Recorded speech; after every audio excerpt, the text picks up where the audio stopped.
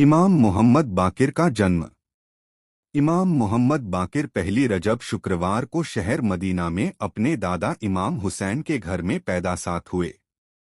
आपके पिता इमाम सज्जाद ने अपने जद पैगंबरे इस्लाम की सुन्नत के अनुसार आपके इमाम बाकिर दाहिने कान में अजान और बाएं कान में इकामत कही और आपका नाम मोहम्मद रखा, जिसका चयन पहले से रसूले खुदा ने किया था। इमाम बाकिर की मां फातिमा इमाम हसने मुज्तबा की बेटी थीं। इस तरह आप मां और पिता दोनों तरफ से हाशमी थे।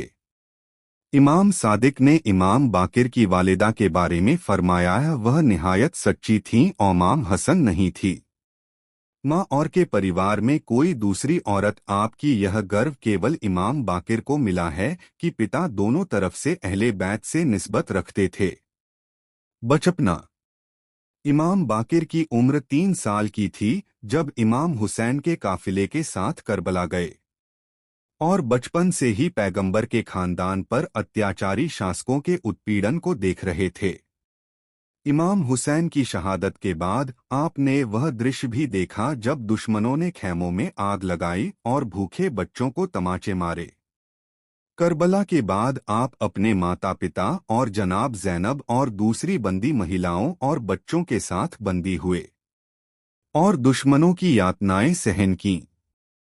नंगे पैर रेगिस्तानी कांटों पर चले।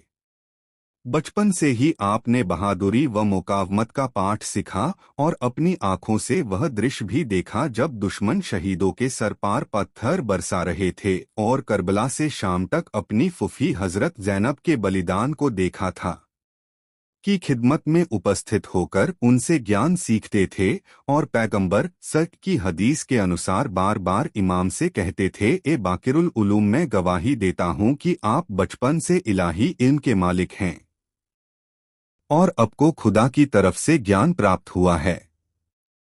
जाबिर जोफी इमाम बाकिर से कोई रिवायत नकल करने से पहले कहते थे रू वसियों के वसी नबियों के उलूम के वारिस मोहम्मद बिन अली बिन हुसैन ने मुझसे इस तरह रिवायत फरमाई है।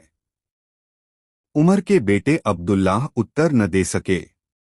अब्दुल्लाह बिन उमर से एक व्यक्ति ने सवाल पूछा और वह उसका जवाब न दे सके।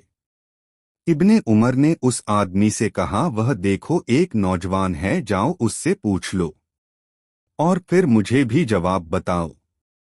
इमाम बाकिर जो अभी कमसिन थे वह उनके पास आया और सवाल का संतुष्ट जवाब सुनकर अब्दुल्ला के पास वापस गया और जवाब बता दिया। जवाब सुनकर अब्दुल्ला ने कहा कि यह ऐसे परिवार से हैं जिनका ज्ञान खुदा की तरफ से है। सच्चे रहनुमा। एक दिन इमाम सज्जाद ने अपने बेटे इमाम बाकिर को अपने पास बुलाया और रसूल के फरमान के अनुसार आपकी इमामत की घोषणा की। इमाम बाकिर ने भी बहुत कठिन दौर में इमामत के कर्तव्यों को निभाया। शून्य लोगों को दीन की राह दिखाई और अच्छा और सही जीवन जीने के तरीके और सलीके बताए। आपने तानाशाह शासकों के सख्त शासनकाल में इल्म फैलाया, इल्मी मुश्किलात का जवाब देते और धार्मिक समस्याओं को हल फरमाते थे। आपने अपनी इमामत के कार्यकाल में बहुत गहरे और पेचीदा इल्मी समस्याओं के लिए मार्ग प्रशस्त किया, यहाँ तक कि आपकी जहमतों के कारण आपके प्रिय बेटे हजरत इमाम जाफर सादिक ने इल्मी दरसगाह स्थापित करके लगभग 4000 विद्यार्थियों की परवरिश की और यह दरसगाह बाद में इस्लाम के इतिहास की एक महान विश्वविद्यालय साबित हुआ। नादान दुश्मन से नरमी करना। एक सीरियाई व्यक्ति मदीना में रहकर इमाम सुनता था को न पहचानने की वजह से आप सेरता था।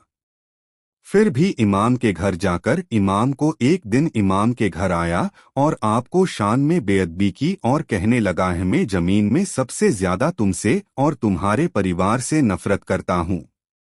तुम्हारे घर केवल इसलिए आता हूँ कि तुम एक अच्छे बयान करने वाले हो। इमाम बाकिर जानते थे कि वह नादानी की वजह से आपसे दुश्मनी रखता है, इसलिए आप हमेशा उससे अखलाक से पेश आते और